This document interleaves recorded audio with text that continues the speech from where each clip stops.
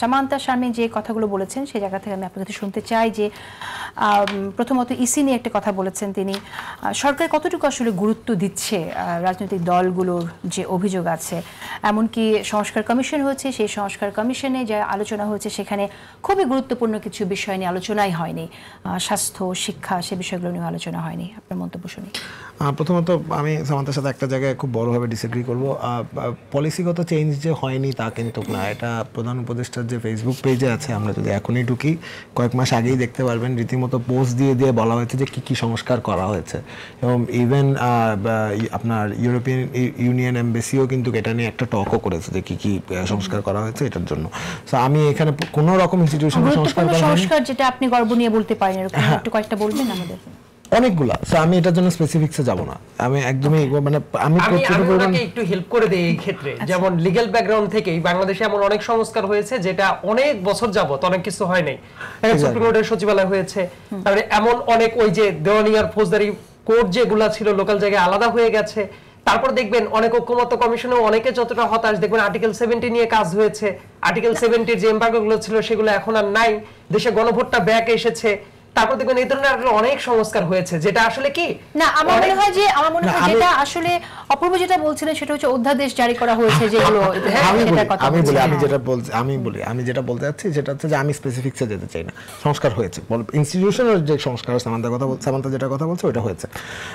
এখন কথা হচ্ছে কি, আমি দেখেন আমার দুই পাশে দুইজন ভবিষ্যৎ নেতা ও নেত্রী বসে আছে, অল ডিউ রেসপেক্ট, আমার কাছে মনে হয় ব্যাপারটা কি, অন্তর্বর্তীকালীন সরকার হয়ে গেছে হচ্ছে যত দোষ নন্দ ঘোষ। প্রত্যেকেই প্রত্যেকের জায়গা থেকে যখন অন্তর্বর্তীকালীন সরকারকে গালি দেওয়া দরকার তখন গালি দিয়েছে, যখন প্রশংসা করা দরকার প্রশংসা করেছে। কেন কখনো কখনো বিএনপি বলেছে যে এনসিপির প্রতি ঝুঁকে যাচ্ছে সরকার, এনসিপি বলেছে বিএনপির প্রতি ঝুঁকে যাচ্ছে সরকার, এরকম আমরা দেখেছি তো।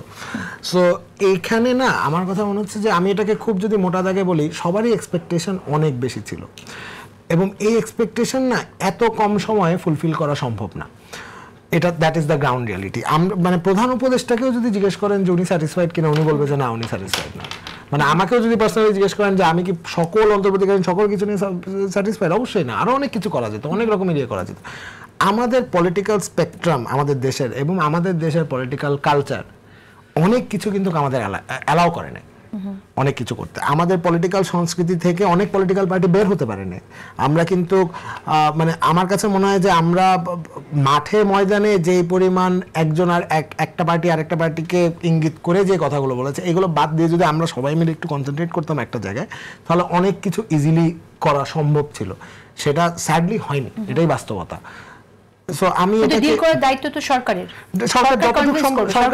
সরকার যতটুকু সম্ভব কনভিন্স করেছেন। আপনি ঐক্যমত কমিশনের মতো এত ঐতিহাসিক একটা ব্যাপার বাংলাদেশে কখনো ঘটেছে?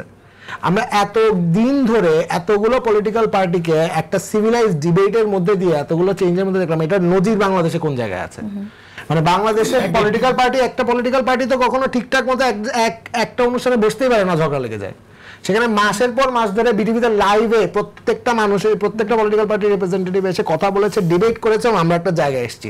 সেটা পারফেক্ট কি পারফেক্ট না? অবশ্যই পারফেক্ট না, এটা আরো অনেক কিছু হতে পারতো, এটা নিয়ে কোনো সন্দেহ নাই, কিন্তু এসেছি তো, নজরটা তো এসেছে। কিন্তু এই যে অভিযোগটা আসলো তারপরও যে গুরুত্বপূর্ণ সংস্কারগুলো যেটা আরো করা যেতে পারতো সেই আলোচনাগুলো হয়নি। আমি বললাম তো এক্সপেকটেশনস কখনোই মিট করবে না, মানে এটা সম্ভব না।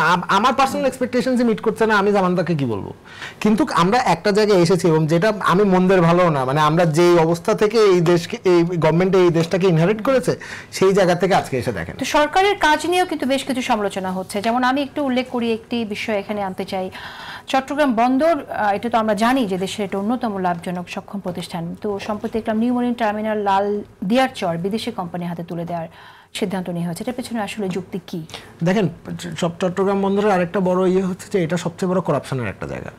এখানে প্রচুর পরিমাণ করাপশন হয়, এবং পার্টি পলিটিক্যাল অনেক মানুষ আগে নজির আছে 15 বছরে যে এটাকে একটা মোটামুটি গোল্ড মাইন বানায়, এখান থেকে যত রকমের ইয়ে করা হয়েছে।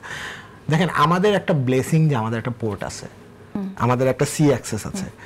আমরা এখনো পর্যন্ত আমাদের স্বাধীনতার 50 বছর পরও আমরা এটাকে ঠিক মতো ইউটিলাইজ করতে পারি নাই।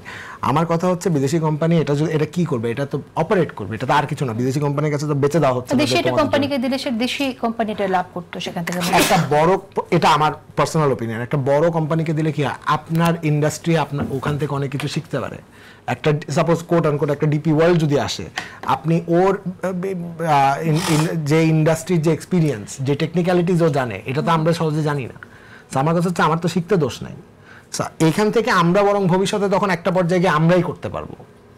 আমাকে তো এই যে আমরা এত বড় একটা ব্লেসিং পেয়েছি যে আমাদের একটা সি অ্যাক্সেস আছে, এটা প্রপার ইউটিলাইজ না করলে আপনি তো বাংলাদেশে ইকোনমিক ডেভেলপমেন্ট করতে পারতো না দেশি কোনো কোম্পানি। আমি বললাম যে আমাদের তো এই প্র্যাকটিসটাই নাই এতদিন পর্যন্ত। মানে আপনি এরকম একটা সিদ্ধান্ত নেওয়ার আগে কি স্টেক হোল্ডারদের সাথে সরকার আলাপ করেছে? অন্তর্বর্তীকালীন সরকার কখনো স্টেক হোল্ডার ছাড়া কোনো ডিসিশন নেয় না, এটা আমি গ্যারান্টি দিয়ে বলতে পারি। সবার সাথে কথা বলা, সবার সাথে। আপনি হয়তো ক্যামেরার সামনে দেখেন না, কিন্তু ব্যাক এন্ডে সব সময় কথা চলে। আচ্ছা, তার মানে এনসিপি, বিএনপি, জামাত সবাই সম্মতি দিয়েছে। যারা প্রত্যেকে এই জায়গার স্টেক হোল্ডার, তাদের সকলের সাথে সকলের মতামত নেওয়া হয়েছে।